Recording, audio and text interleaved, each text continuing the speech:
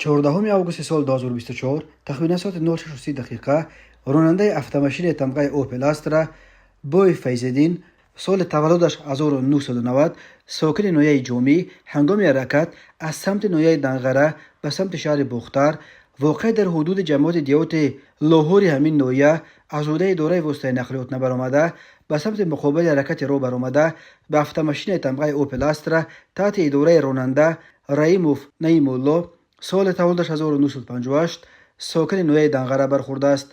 در نتیجه راننده автомашини тамғаи اوپل استرا رحیموف جراحت‌های گوناگون جسمانی برداشته در جای حادثه به هلاکت رسیده است. راننده автомашини тамғаи اوپل استرا بویف و 5 نفر مسافران جراحت‌های گوناگون جسمانی برداشته در بیمارخانه بستری گردیدند.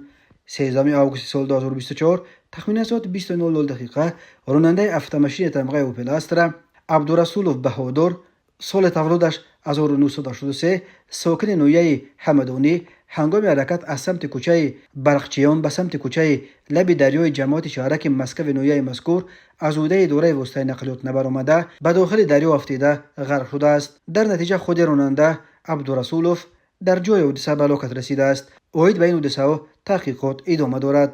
در نتیجه گذرانیدن چهاربینی‌های اپراتیوی جستجویی از جانب کارمندان میلیسیا زن 39 ساله ساکن شهر دوشنبه با گمان صادر نمودن جنایت دزدی دستگیر کرده شد.